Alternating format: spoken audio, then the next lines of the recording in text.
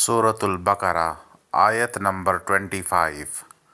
اعوذ باللہ من الشیطان الرجیم، بسم اللہ الرحمن الرحیم۔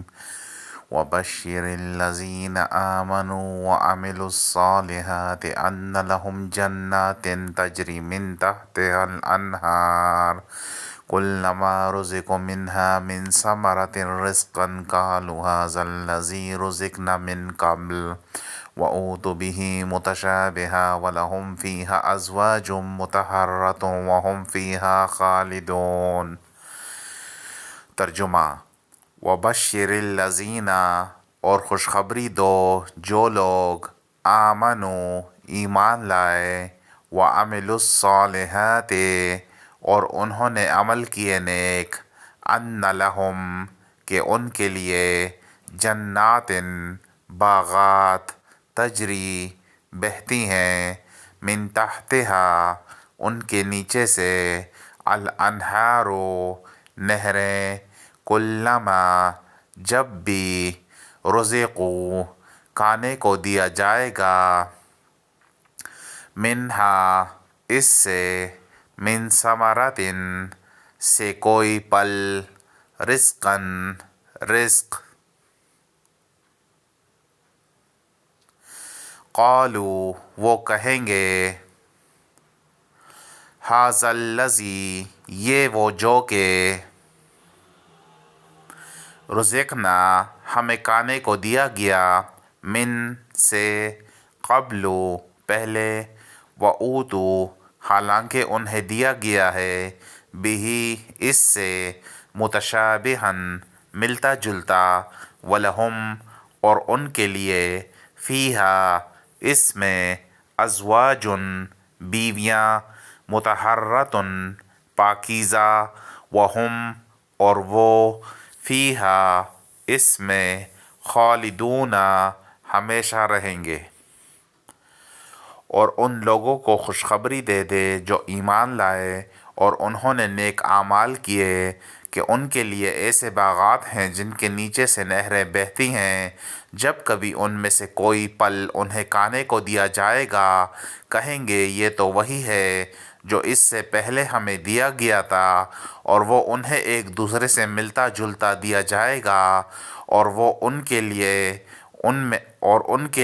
ان میں نہایت پاک صاف بیویاں ہیں، اور وہ ان میں ہمیشہ رہنے والے ہیں۔ آیت 25 1۔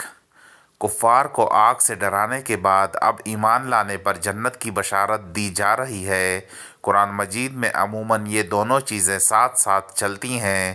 ابن کثیر رحمہ اللہ نے فرمایا، کتاباً متشابہاً مثانیہ، سورہ زمر آیت نمبر 23 میں صحیح ترین قول کے مطابق مثانیہ سے مراد کہ کسی چیز کے ساتھ اس کا مقابل بھی مذکور ہو، مثلاً ایمان کے ساتھ کفر، جنت کے ساتھ جہنم کا ذکر ہو۔ نمبر 2، ایمان دل سے تصدیق، زبان سے اقرار اور اس کے مطابق عمل کا نام ہے۔ یہاں ایمان پر عمل صالح کے عطف کا یہ مطلب نہیں کہ یہ دونوں الگ الگ چیزیں ہیں، بلکہ ایمان کے بعد عمل صالح کا ذکر خاص طور پر اس لیے کیا گیا ہے کہ عموماً اس میں کوتاہی کی جاتی ہے، حالانکہ عمل سے خالی ایمان کافی نہیں۔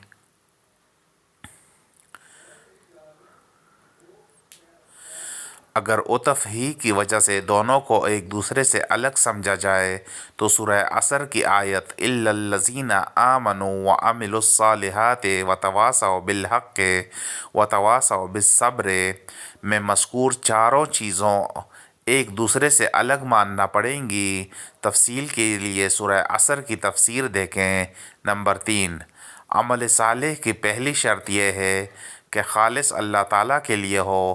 دیکھیے سورہ کہف کی آخری آیت اور سورہ بینہ کی آیت نمبر 5۔ دوسری یہ کہ وہ رسول اللہ صلی اللہ علیہ وآلہ وسلم کے بتائے ہوئے طریقے کے مطابق ہو۔ آپ کا فرمان ہے، من عمل عملا لیس علیہ امرنا فہو رد، جو شخص ایسا عمل کرے کہ جس پر ہمارا امر نہ ہو تو وہ مردود ہے۔ انسان کی لذت و آسائش کی بنیادی چیزیں رہائش، کھانا پینا اور نکاح ہیں۔ آ شاہ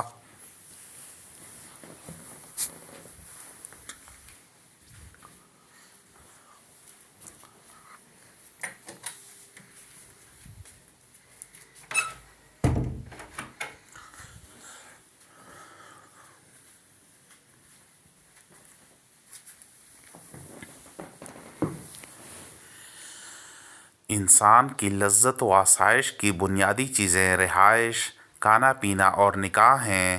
ایمان اور عمل صالح والوں کی رہائش کے لیے جنات تجری من تحتها الانہار، کھانے پینے کے لیے کلما رزقوا منہا من ثمرۃ رزقا، اور نکاح کے لیے ازواج مطہرات ہیں۔ پھر یہ نعمتیں حاصل ہونے کے ساتھ اگر ان کے زوال کا خوف ہو تو لذت مقدر ہو جاتی ہے۔ اللہ تعالیٰ نے اس خوف کو یہ کہہ کر دور کر دیا، ہم فیہا خالدون۔ جنت کی نہروں کی تفصیل کے لیے دیکھیے سورہ محمد۔ مطہرۃ باب تفعیل سے اسم مفعول ہے، ایک حرف کے اضافے کی وجہ سے نہایت پاک صاف ترجمہ کیا گیا ہے، یعنی وہ ہر قسم کی ظاہری آلائشوں مثلاً پیشاب، پاخانہ، تھوک، حیض وغیرہ سے، اور باطنی آلائشوں مثلاً جھوٹ، حسد، کینہ وغیرہ سے پاک ہوں گے۔ متشابہ یعنی دنیا کے پھلوں کے ہم صورت ہوں گے یا آپس میں ہم شکل ہوں گے، مگر یہ مشابہت صرف نام یا شکل میں ہوگی، ورنہ جنت کی نعمتوں کو دنیا کی نعمتوں سے کوئی نسبت ہی نہیں۔ دیکھیے سورہ سجدہ آیت نمبر 17۔